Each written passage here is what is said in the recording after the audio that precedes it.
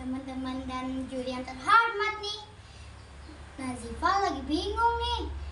Ngomong-ngomong tentang bingung, Nazifa punya cerita nih. Tapi tunggu dulu. Jangan terburu-buru. Sebelum dimulai, kita baca salam dulu. Burung Garuda terbang ke Afrika, sampai ke pantai Pariaman. Jawablah salam dari saya sebagai salam pembukaan. Assalamualaikum warahmatullahi wabarakatuh. Hai teman-teman, perkenalkan nama saya Haura Nazifa Kaila. Saya dari SD Istiqomah Cincin 2x11 6 Ningkum, Kabupaten Padang Pariaman, Provinsi Sumatera Barat. Teman-teman, Nazifa punya cerita nih. Yuk simak cerita Nazifa. Pada zaman dahulu kala, tersebutlah seorang laki-laki yang bernama Lebay. Pak Lebay, begitulah orang-orang memanggilnya. Pak Lebay punya kegemaran mancing loh teman-teman. Sehari-hari, Pak Lebay tinggal di gubuk sederhana yang dekat dengan sungai. Cerita Pak Lebay Malang ini berasal dari Provinsi Sumatera Barat. Provinsi yang beribu kotakan Padang ini terkenal dengan ciri khas bangunan yang disebut rumah gadang. Pekerjaan sehari-hari Pak Lebay adalah menangkap ikan. Pak Lebay menjual ikan tangkapannya di pasar dekat sungai. Di suatu hari, Pak Lebay menangkap ikan dengan cara memancing yang ditemani anjing peliharaannya. Tiba-tiba datanglah temannya dari hilir. Hai Lebay, bagaimana tangkapanmu hari ini? Tanya temannya yang dari hilir. Belum seekor ikan pun yang aku dapatkan. Entah kemana pergi ikan-ikan itu. Jawab Pak Lebay. Ngomong-ngomong, besok pagi datanglah ke rumahku. Aku akan mengadakan pesta menyembelih kerbau. Aku akan memberimu 1 kepala kerbau, kata temannya itu. Wah, tentu saja aku mendatang. Terima kasih ya undangannya. Jawab Pak Lebay. Tak lama setelah tetangga dari hilir pergi, datanglah tetangga dari hulu. Pak Lebay, jangan lupa ya besok pagi datanglah ke rumahku. Aku akan mengadakan pesta, sorak temannya itu. Wah, pesta apa yang diadakan di rumahmu? Jawab Pak Lebay.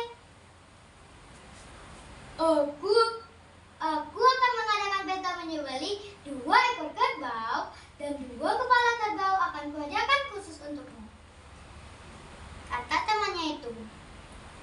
Pak Lebay sangat merasa girang teman-teman.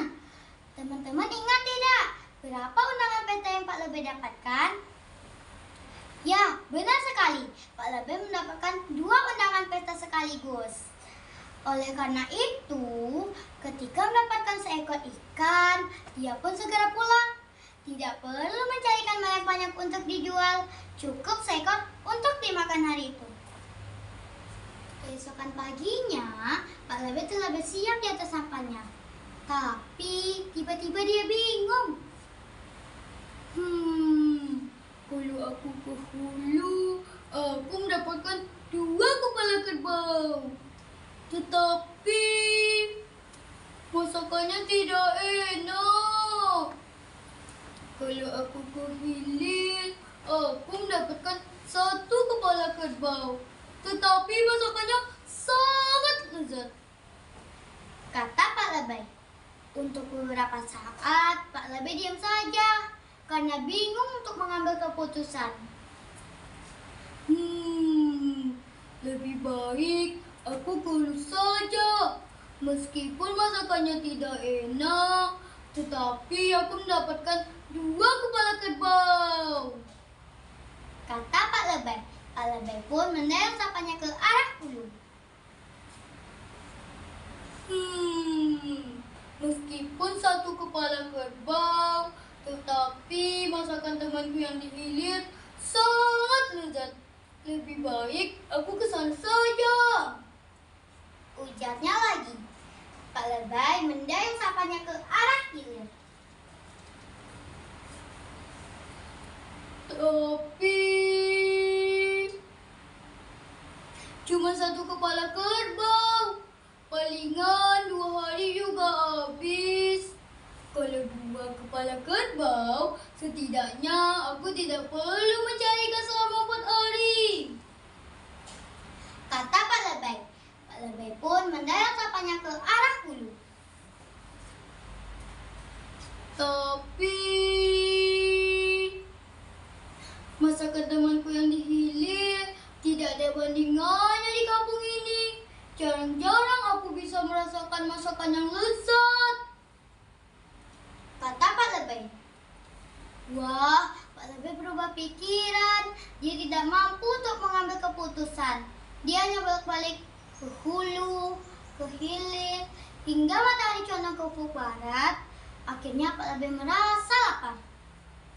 Waduh, lapar sekali ini. Lebih baik aku ke hulu saja. Aku akan makan 2 kepala kerbau sepuasnya. Pak Lebay pun mendayung sapanya ke arah hulu dan bertemu dengan temannya.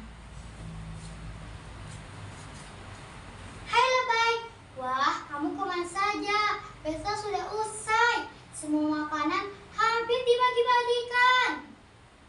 Kata temannya itu. Apa? Makanan sudah habis. Jawab Pak Lebay. Iya, kamu terlambat sih, kata temannya itu. Dan akhirnya Pak Lebay hanya bisa menggigit jari. Dengan sikapnya bimbang, dia tidak mendapatkan apa-apa. Sejak saat itu, Pak Lebay dijuluki oleh orang kampung sebagai Pak Lebay Malang Perahu.